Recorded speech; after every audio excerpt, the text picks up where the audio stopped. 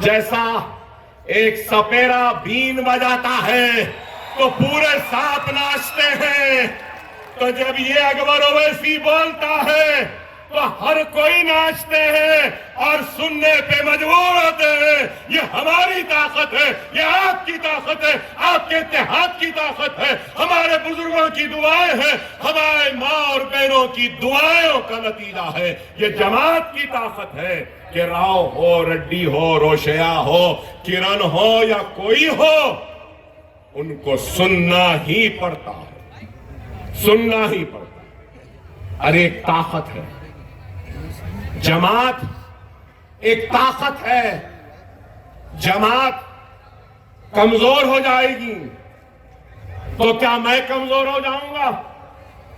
मेरे भाई, हम मुसलमान कमजोर हो जाएंगे। इस बात को समझो। अगर कोई मजलिस पर गौर करो, आज किसी के पास नफरत की दुकान है तो किसी के पास मोहब्बत की दुकान है। एक कह रहा है कि मेरे पास मोहब्बत है।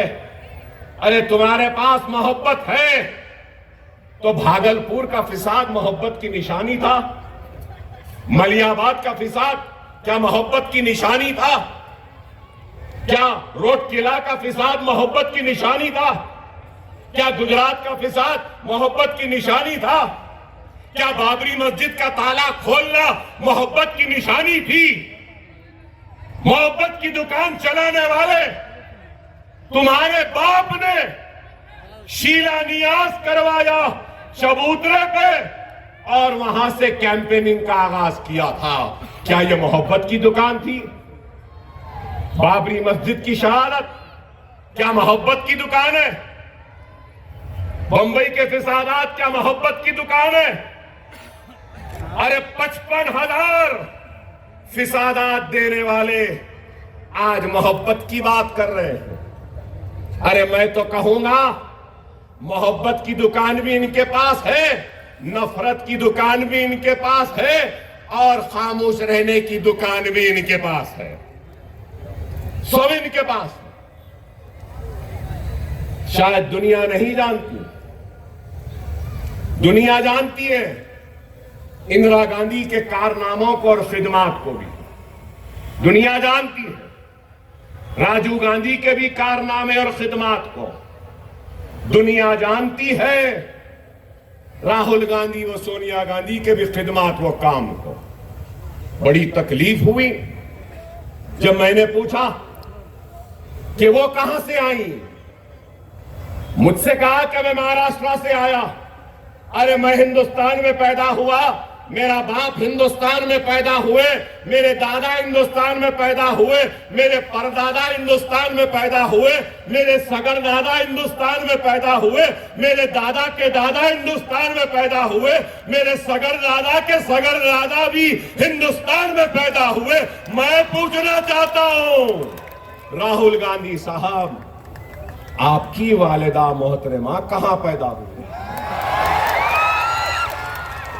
तो बुरा क्यों दिख रहा है? आपने मुझसे कहा मैं महाराष्ट्र से आया, मैं पूछ रहा हूं आप कहां से आए? आप सब बोलेंगे और हम कुछ नहीं बोलना। अरे हम भी अलग में जबान रखते हैं, याद रखो। अगर हिंदुस्तान में लिंचिंग हो रही है, अदाब बंद करने की बात की जा रही है, अगर हिंदुस्तान में हिजाब पर पाबंदी है, तो मैं कहूंगा हैदराबाद में हमारा इत्तेहाद, तेलंगाना में हमारा इत्तेहाद इतना ताकतवर है कि किसी की मां नहीं जली जो हमारी अदा को बंद करे।